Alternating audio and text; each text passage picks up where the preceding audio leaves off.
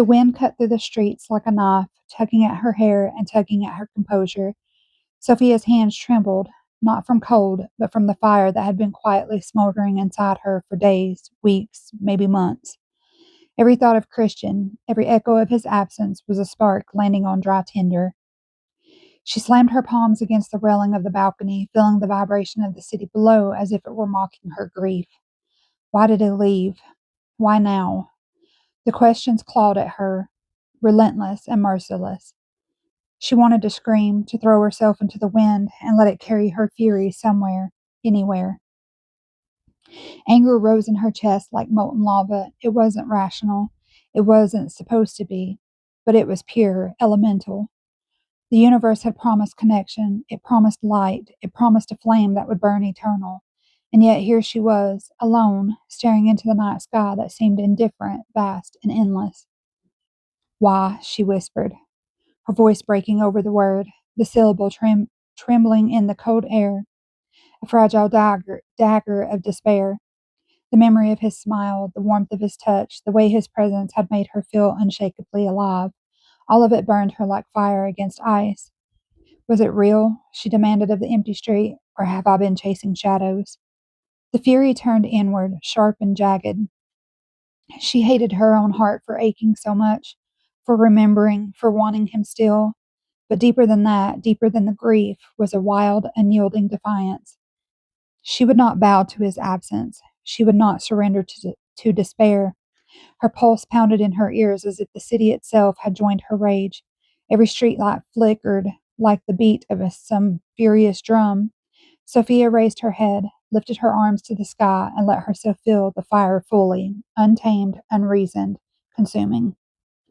In that blaze she was alive, and in that blaze she understood the crucible had begun. The rage that had burned so brightly now left a hollow ache behind, like a furnace emptied of fire too suddenly.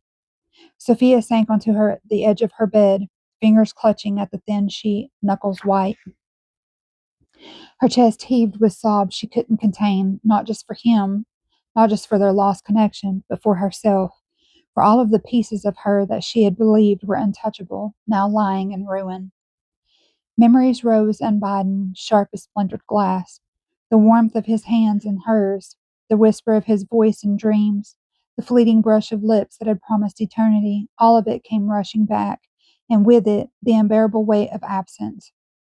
She screamed into the darkness, a sound that seemed swallowed by the walls, swallowed by the universe itself. It wasn't just grief, it was betrayal, by life, by love, by the silent laws that had brought her to this edge. Was everything she felt an illusion? The thought cut her like ice, chilling over every corner of her body.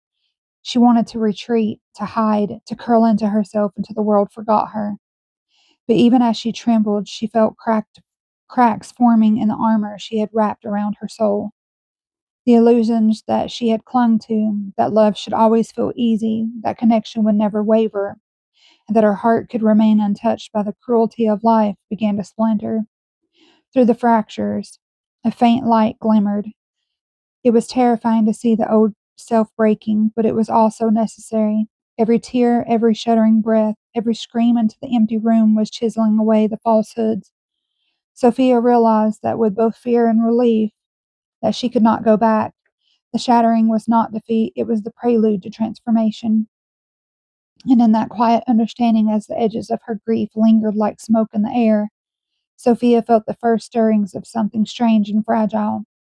A small, tentative awareness that she might survive this, and that something stronger, something purer, was beginning to emerge from the ruins.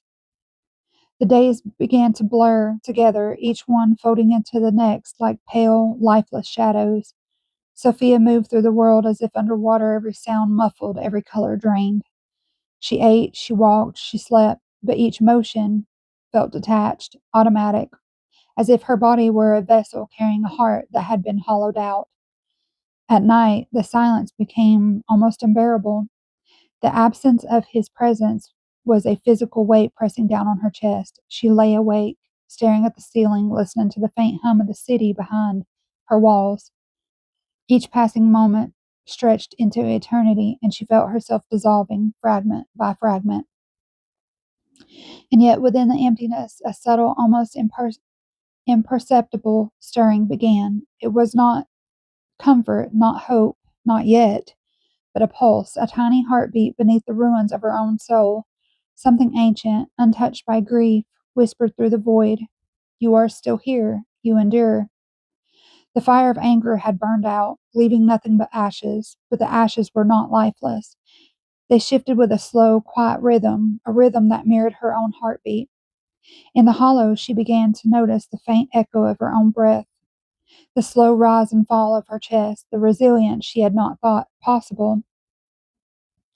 She wandered through the empty streets at dawn, the world pale and muted, but in the softness of early light, she glimpsed a reflection of herself in a shop window, gaunt, weary, but still standing. The reflection was cracked, fragmented, yet unbroken. It was the first recognition that she had survived the storm, that the void, as terrifying as it felt, was not an end. In the vastness of silence, Sophia realized something strange. In losing everything, she had begun to find something deeper. The void was not emptiness, it was a crucible waiting to shape her anew.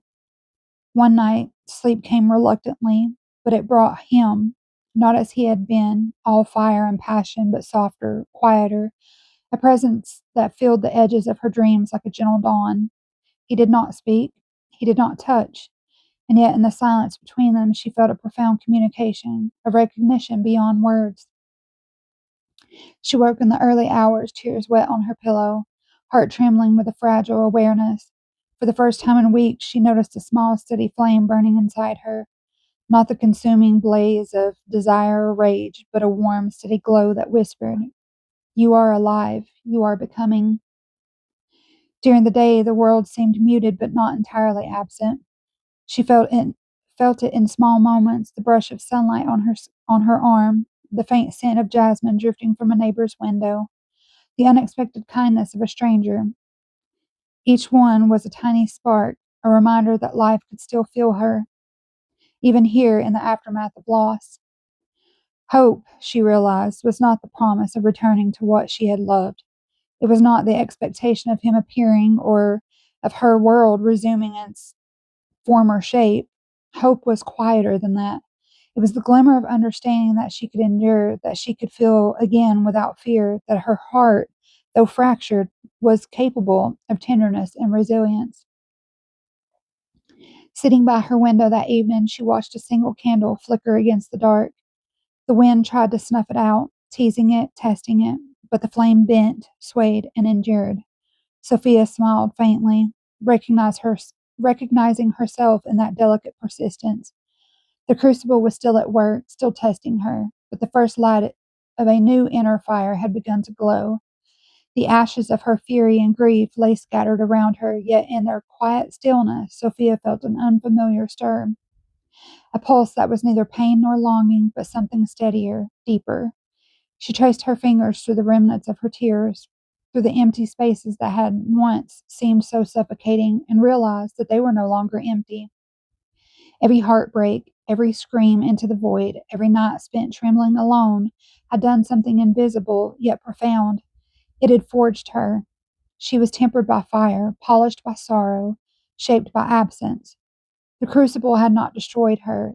It had revealed the essence beneath the surface, the gold hidden within the ashes.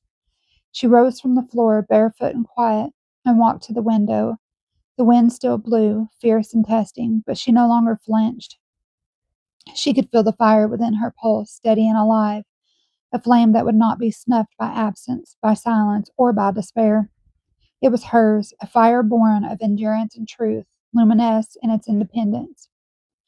Sophia understood then that the love she had sought in Christian, in another, had always existed first within her. Every flicker of hope, every shard of longing, every storm of grief had been alchemy, transmuting pain into presence, sorrow into wisdom. The world outside remained indifferent, vast, sometimes cruel, but she stood taller now, her spirit refined. The crucible had burned her, yes, but it had also freed her. She inhaled deeply, the wind brushing her face, and felt the first clear recognition she was not the ashes. She was the flame that rose from them. And in that rising, in that recognition of her own radiant alchemy, Sophia felt a peace unlike any she had known. It was not the peace of endings, but the sacred peace of becoming.